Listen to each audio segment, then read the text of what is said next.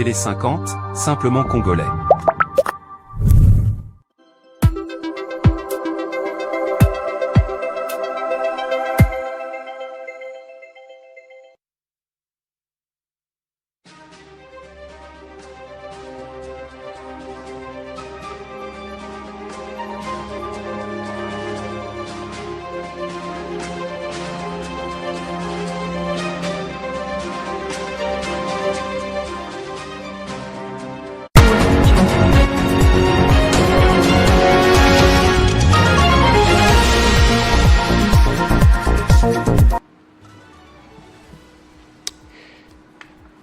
Félix Tshisekedi a finalement rejoint Nairobi pour l'Africa Forward après avoir participé ce même mardi à l'investiture de son homologue Yoweri Museveni à Kampala. Le sommet Africa Forward réunit aujourd'hui à Nairobi 32 chefs d'État et de gouvernement africains, européens et américains pour sa deuxième journée résolument politique. Mais au pays, Bruno Tshibala réagit à l'ouverture faite par le président de la République à un troisième mandat et à un changement de la Constitution lors de sa conférence de presse de mercredi dernier. L'ancien Premier ministre a dénoncé les jouisseurs dans l'entourage du chef de l'État qui ne sont pas imprégnés de la culture des textes d'Étienne Tshisekedi. On va le suivre dans ce journal, le document de l'entretien de presse. Et puis le ministère des Finances informe que le moratoire sur la facture normalisée est arrivé à son terme dès le 15 mai de cette année. Tout manquement à l'obligation de délivrer des factures normalisées entraînera l'application des sanctions fiscales prévues, notamment le rejet du droit à déduction et des mesures de redressement par la DGI. Bonsoir à tous et bienvenue dans ce journal. Le président de la République, je le disais, a finalement rejoint les autres chefs d'État du monde à Nairobi, au Kenya, pour participer au sommet Africa Forward, Afrique en avant en français. Le président congolais ne se rend pas à ce sommet pour se plaindre, a annoncé la présidence, précisément Tina Salama, son porte-parole, faisant allusion à la guerre soutenue par le Rwanda dans l'est du pays. Avant cela, le chef de l'État avait assisté ce mardi à la cérémonie de prestation de serment et d'investiture de son homologue ougandais, Yoweri Kaguta Museveni, organisée à l'esplanade événementielle de Kololo, au centre-ville de Kampala. La suite sur sa participation à l'Africa Forward à suivre dans notre journal de 13h de mercredi. Et autre chose, fin des travaux à Bangui, en République centrafricaine, entre le ministre de la Défense de la RDC et son homologue centrafricain. 48 heures de travaux ont suffi pour clôturer les discussions approfondies entre experts des deux pays. Ces travaux ont porté sur le renforcement des liens de coopération bilatérale militaire. Les conclusions ont été entérinées dans un document final signé par Guy Kabombo, Modian Vita et Ramon Claude Biro, tous deux ministres de la Défense des deux pays. À suivre. Lundi 11 mai 2026, le vice-premier ministre, ministre de la Défense nationale et des anciens combattants, Maître Guy Kabombo Modian Vita, a rencontré son homologue centrafricain, Ramon Claude Biro, au ministère centrafricain de la Défense. Précédés par les honneurs militaires, les deux responsables se sont entretenus à huis clos avant de rejoindre la cité des chefs d'État pour la cérémonie de clôture des travaux. Une session intervenue 1 an et demi après la signature à Kinshasa, capitale de la République démocratique du Congo, où s'était déroulé l'accord de la coopération militaire entre les deux pays. Réunis à Bangui cette fois-ci, les experts congolais et ceux de la Centrafrique ont procédé à une évaluation de la situation sécuritaire aux frontières avant d'examiner les mécanismes destinés à renforcer la coopération bilatérale militaire. Dans son allocution, le chef de l'outil de la défense de la RDC, Maître Guy Kabombo Modian Vita, a souligné que cet accord dépasse le simple cadre juridique qui introduit une vision partagée entre les deux nations voisines. Défis sécuritaires qui affectent notre frontière commune. Fort de près de 1600 km, nos pays partagent bien plus à la porosité des frontières nos deux pays n'ont d'autre choix que de renforcer leur coopération. 48 heures des travaux marqués par des discussions approfondies entre experts des deux pays. Les conclusions ont été entérinées par un document final signé par les ministres des deux pays. L'échange des présents a illustré les liens fraternels entre les deux nations, ce qui a clôturé l'événement. Et je le disais dans le sommaire de ce journal, le ministère des Finances a rappelé aux assujettis à la TVA que le moratoire accordé dans le cadre de la réforme de la facture normalisée est arrivé à son terme. À partir du 15 mai 2026, tout manquement aux obligations de délivrance des factures normalisées exposera les contrevenants à l'application effective des sanctions prévues par la réglementation fiscale, notamment le rejet du droit à déduction et les mesures de redressement prévues par la DGI. Les opérateurs économiques concernés sont invités à se conformer sans délai. Dans un communiqué publié le 11 mai 2026, le ministère des Finances rappelle qu'à compter de l'échéance déclarative du 15 mai 2026 relative à la TVA du mois d'avril, les sanctions prévues par la réglementation fiscale seront appliquées aux assujettis ne respectant pas les obligations liées à l'émission des factures normalisées. Cette décision intervient après plusieurs mois de sensibilisation, d'accompagnement technique et de concertation avec les secteurs privés, notamment la Fédération des entreprises du Congo. Le gouvernement estime désormais que les conditions sont réunies pour passer à la phase d'application effective de cette réforme considérée comme stratégique dans les processus de modernisation du système fiscal congolais. Selon le communiqué, les entreprises qui continueront à collecter la TVA sans délivrer des factures normalisées s'exposeront aux sanctions prévues par les textes en vigueur. De même, le droit à la déduction de la TVA ne seront plus acceptés lorsqu'ils ne seront pas appuyés par des factures conformes émises à travers les dispositifs homologués. À travers cette réforme, le gouvernement entend renforcer la traçabilité des opérations commerciales, lutter contre la fraude fiscale, sécuriser les recettes publiques et améliorer la transparence dans la collecte de la TVA. Le ministère des Finances invite ainsi les opérateurs économiques concernés à se conformer sans délai aux exigences de la réforme en cours, en recourant aux solutions techniques homologuées, notamment les dispositifs électroniques fiscaux, les systèmes de facturation électronique, ainsi que les solutions dématérialisées, IDEF. Cette mesure s'inscrit dans la dynamique des réformes structurelles engagées par le gouvernement pour renforcer la mobilisation des recettes intérieures, moderniser l'administration fiscale et consolider la crédibilité financière de la République démocratique du Congo. À la Commission africaine des droits de l'homme, Samuel Mbemba Kabouya ne mâche pas ses mots contre l'agresseur de la RDC. Le ministre des droits humains a appelé à des mesures concrètes et coercitives contre celui-ci après la résolution historique d'octobre 2025. C'est ce mardi que le ministre des Droits humains, Maître Samuel Mbemba Kabouya, a prononcé son discours à la Commission africaine des droits de l'homme et des peuples, en marge de la 87e session de la CADHP, dont le siège se trouve en Gambie. Tout en remerciant les dirigeants de la Cour africaine des droits de l'homme et des peuples pour la résolution prise au mois d'octobre 2025, laquelle reconnaissant les génocides commis en RDC par le Rwanda, le ministre Samuel Mbemba Kabouya a appelé à une mobilisation accrue jusqu'à ce que Paul Kagame échange de gré ou de force.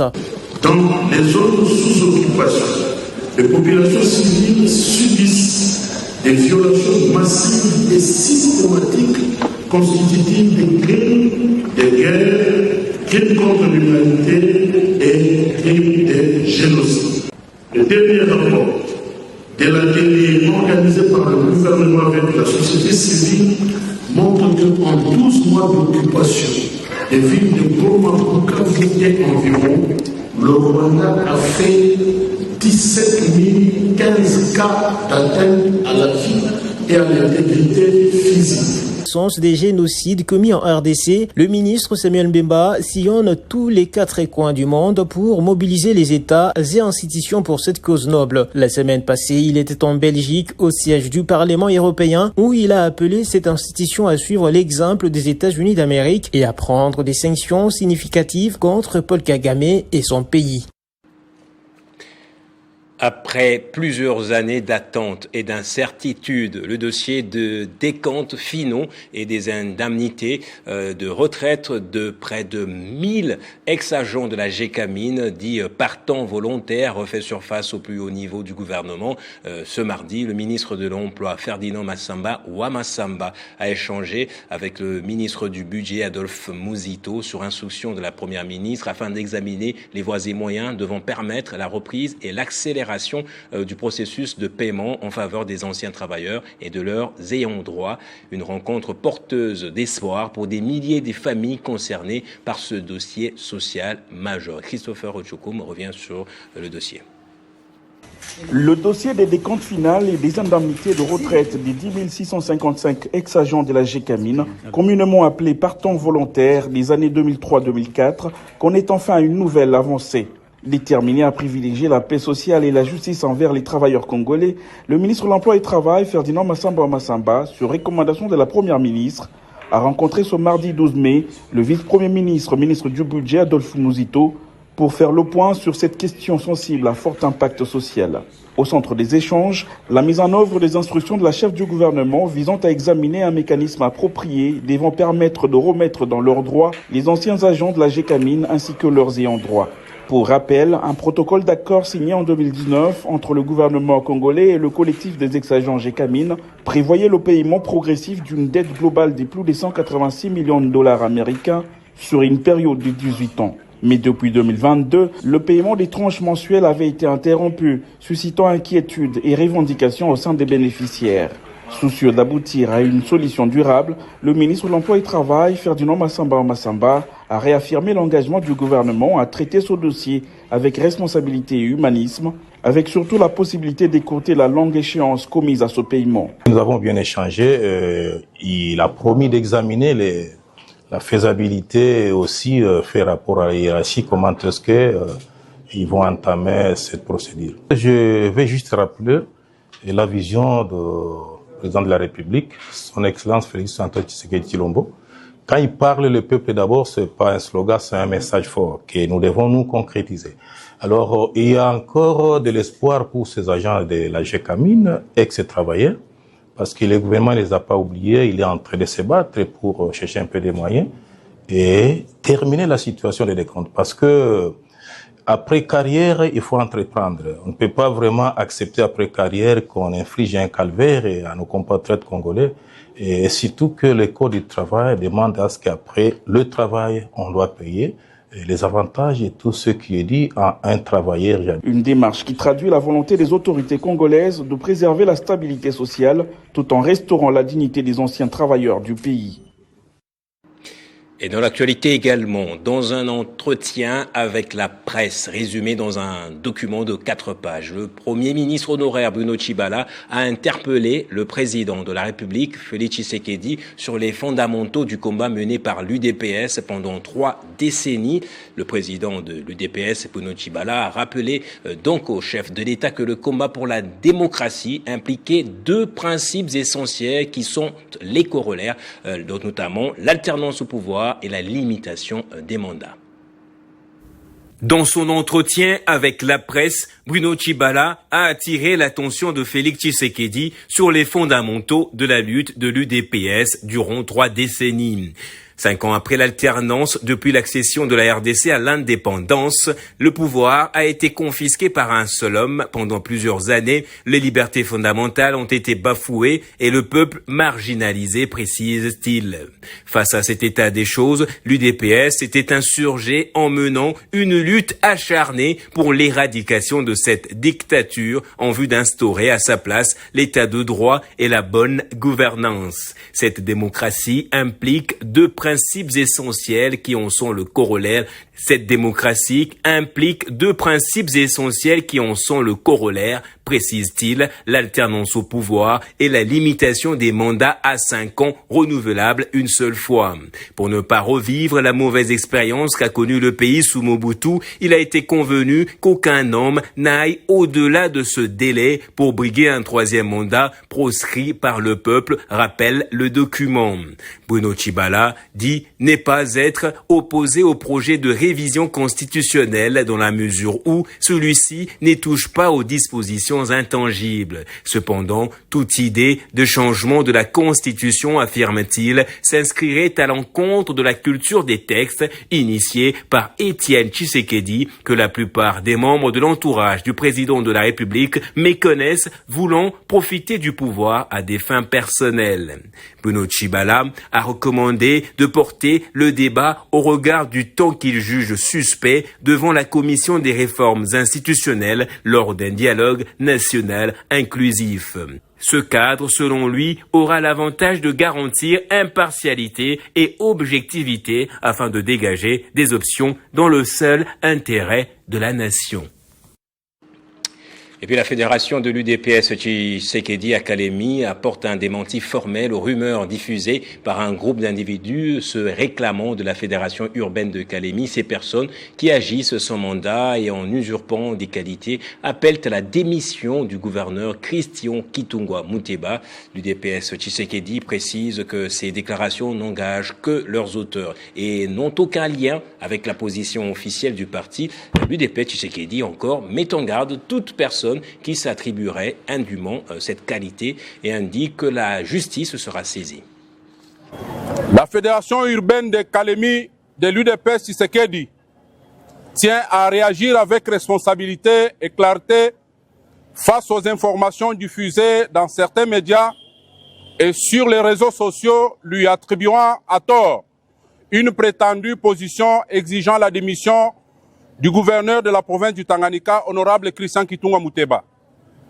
En tant que parti présidentiel en province, l'UDPS Tshisekedi Fédération urbaine de Kalemi, avec son président fédéral, Hassan Yalima Sirossi, réaffirme leur attachement indéfectible à la stabilité des institutions provinciales, au respect de l'ordre public, ainsi qu'à l'accompagnement loyal de la vision de son Excellence, Monsieur le Président de la République et chef de l'État, Félix Antoine Tshisekedi Tshilombo, en faveur du développement intégral et harmonieux du Tanganyika à travers son représentant en province, honorable Christian Kitungwa Muteba.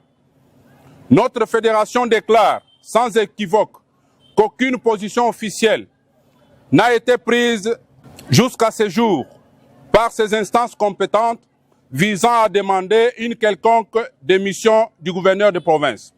Ce qui s'est dit dans les réseaux sociaux n'est qu'une simple expression de frustration et d'instrumentalisation de certains politiques en mal de positionnement. Par cette occasion, nous dénonçons l'usage de fausses qualités des auteurs de ces faux bruits contre notre gouverneur. L'UDPS Tshisekedi privilégie les mécanismes institutionnels et la concertation comme voies appropriées de gestion des divergences et des conflits de gouvernance. Par ailleurs, la Fédération urbaine de Kalemi tient à préciser que toute déclaration appelant à la démission du gouverneur, M. Christian Kitungwa Muteba, est attribuée abusivement à notre formation politique et est non seulement infondée, mais également dépourvue de qualité au regard de ses auteurs et de sa source. Les représentants des partis et regroupements politiques membres de l'Union sacrée de la Nation section du Maniema viennent d'apporter une précision sur la situation politique qui secoue la province. Il n'y a aucune crise entre les institutions provinciales, mais plutôt une manœuvre orchestrée par les ennemis de la République, disent-ils. L'Union sacrée de la Nation province du Maniema dément l'existence d'une crise entre des institutions. Selon cette plateforme politique, il s'agit plutôt d'une tentative orchestrée par des personnalités, à savoir le sénateur Afani Idrissa Mangala et le député national Jean-Marie Kalumba. Dans une déclaration rendue publique ce lundi 11 mai 2026, l'Union sacrée dénonce des manœuvres visant à diviser les députés provinciaux alors que le chef de l'État prône sur la stabilité des institutions. Elle exhorte cependant le président de la République, son autorité de référence, à se saisir du dossier. Maître Barouani Ramazani Tambwe, porte-parole de l'Union sacrée province du Maniema. Nous, représentants des regroupements et partis politiques membres de l'Union sacrée de la nation Maniema, tenons à apporter une précision ce jour sur la situation politique dans la province du Maniema. De prime abord, il s'est de noter qu'il n'y a pas une crise entre les deux institutions provinciales.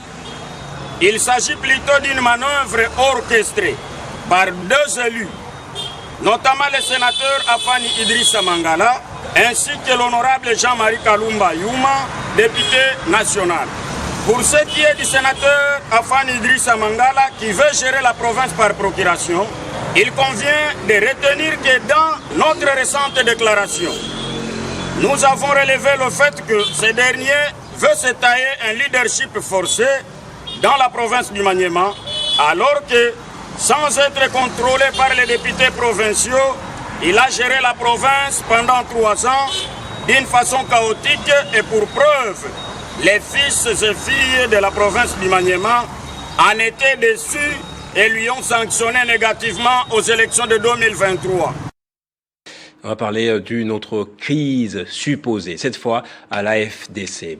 Le comité fédéral du Nord Kivu a fait front derrière Otto Baïzi, réuni en séance extraordinaire ce week-end à Beni. Les membres de la fédération du Nord Kivu ont réaffirmé leur soutien au comité de crise dirigé par Clovis Otto Baïzi, dénonçant des pratiques qu'ils jugent antidémocratiques. Les cadres et membres sympathisants du parti appellent à la mobilisation derrière ce comité intérimaire pour un congrès refondateur, disent-ils. Suivez l'extrait de leur déclaration, ici, des propos recueillis par notre correspondant Martial Benello. La Fédération provinciale du Nord Kivu apporte son soutien total, indéfectible et unanime au comité de crise installé à Kinshasa et salue le courage des fondateurs et cadres qui ont pris leurs responsabilités en main pour sauver l'AFDC des dérives orchestrées par Sieur Modeste Bahati Lukwebo. Nous désavouons la gestion opaque, solitaire, familiale et népotique qui a conduit à la mise en péril de l'unité du parti et réaffirmons que l'AFDC doit rester un des piliers de la majorité présidentielle sans ambiguïté ni hypocrite. Nous appelons l'ensemble des militants, cadres et élus de notre province à se mobiliser derrière le comité intérimaire pour la tenue du prochain congrès du parti,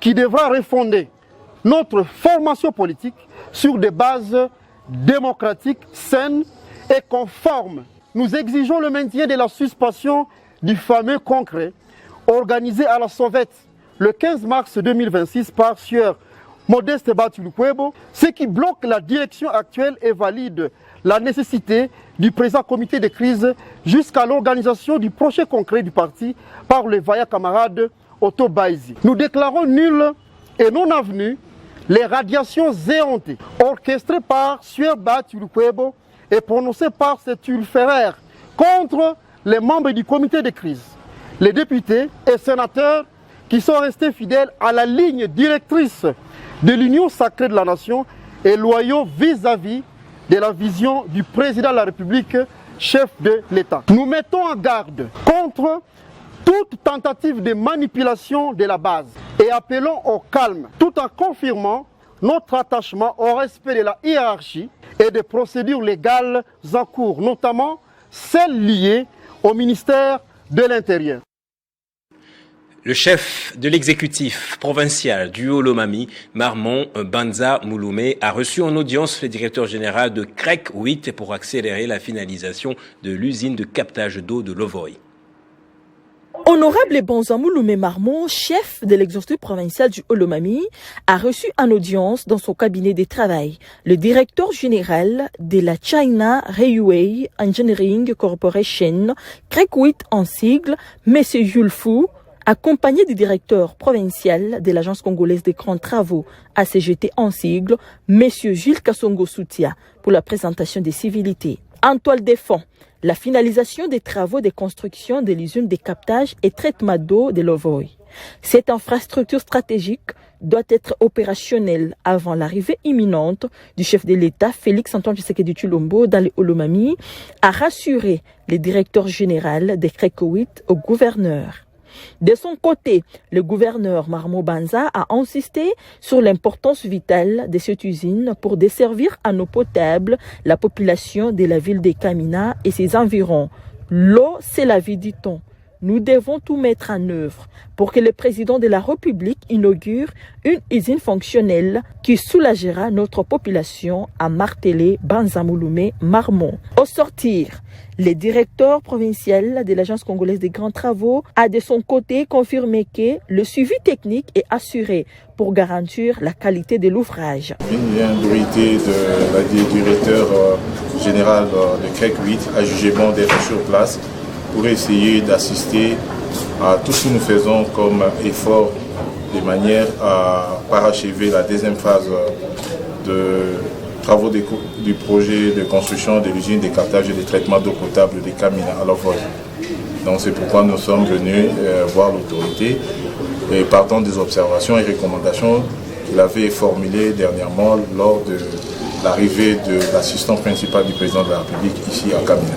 L'usine de captage et de traitement d'eau de Lovoy constitue l'un des projets phares du programme de développement de la province.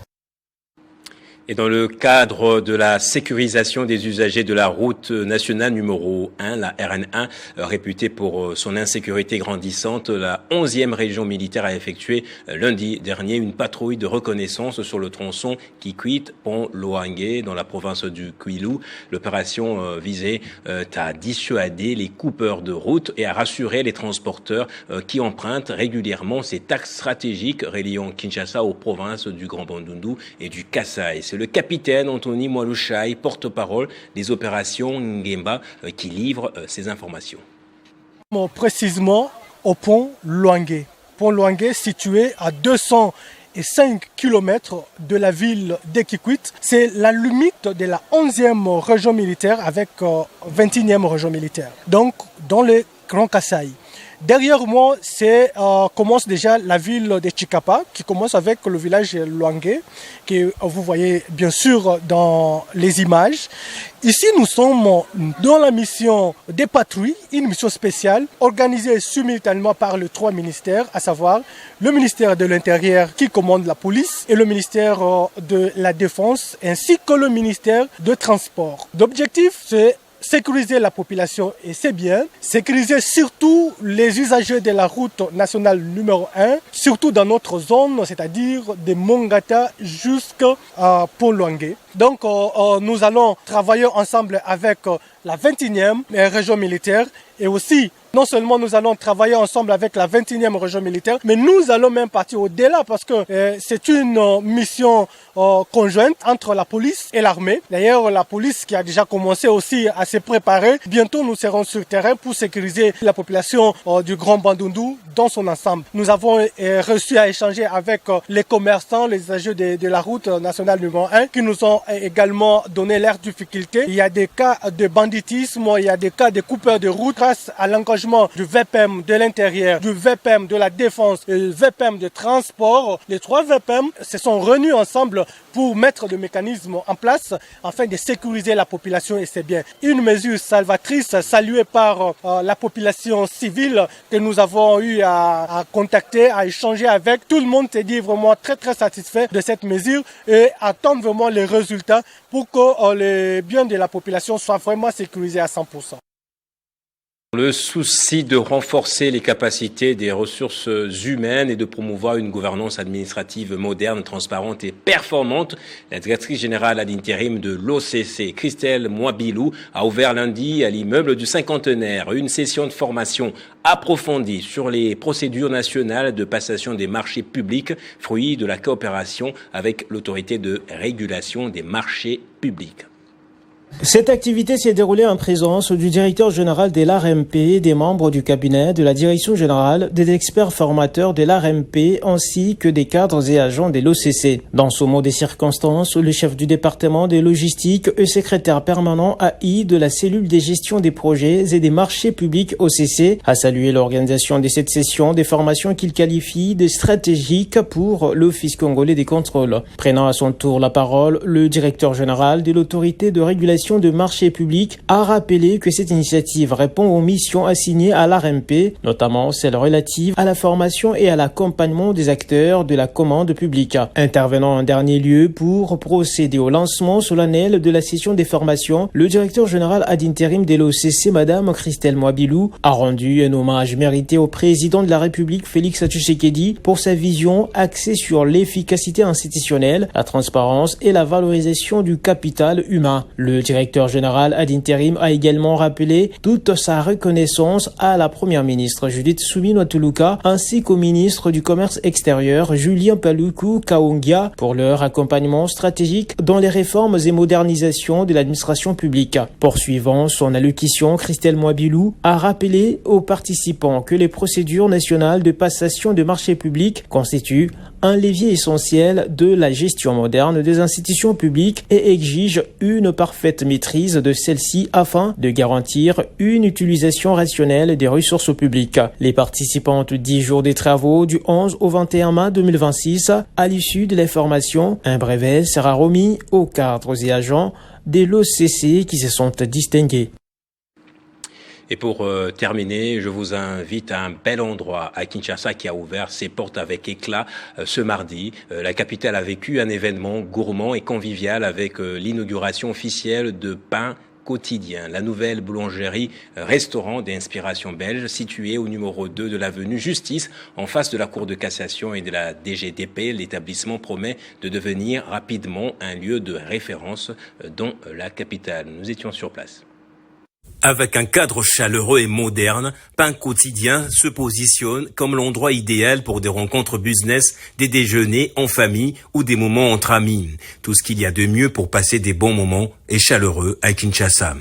C'est une belle miche de pain qui a été coupée pour symboliser l'ouverture officielle. Un geste symbolique et plein de saveurs qui a ravi l'assistance. De nombreuses personnalités du monde des affaires, de la diplomatie et de la société civile étaient présentes pour ce lancement très attendu. Le premier toast a réuni donc les invités autour des produits signature de Pain Quotidien. Alors l'objectif principal, c'est de pouvoir échanger le savoir-faire entre Kinshasa et la Belgique et pouvoir aussi aider au développement économique et social de Kinshasa. Le point de vente sera ouvert de 7h le matin jusqu'à 11h le soir, afin que les gens puissent profiter à la fois d'un petit déjeuner de qualité ou un lunch sain ou un dîner entre amis également. L'ambassadrice de Belgique en RDC a souligné l'importance de ce nouvel investissement.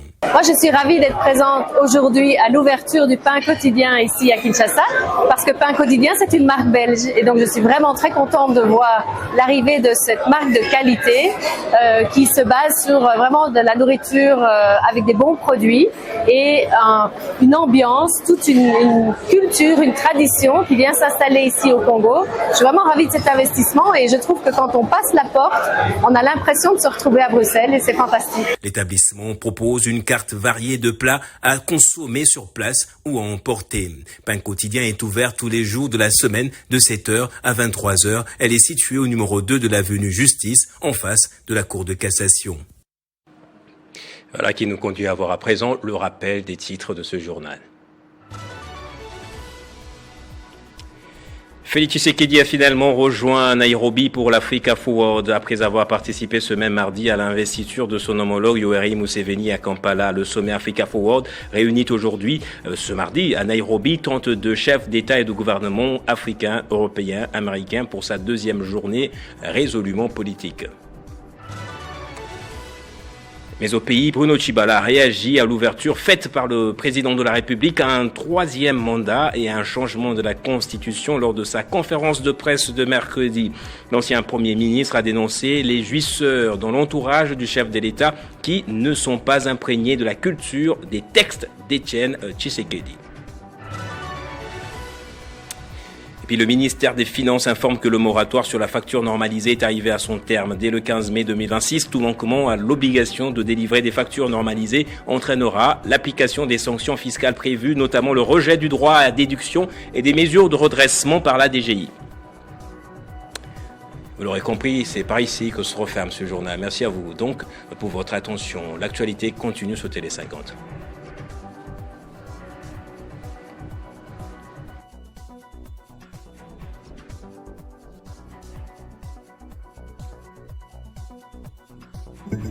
Retrouvez toute l'actualité en continu sur www.tele50.cd.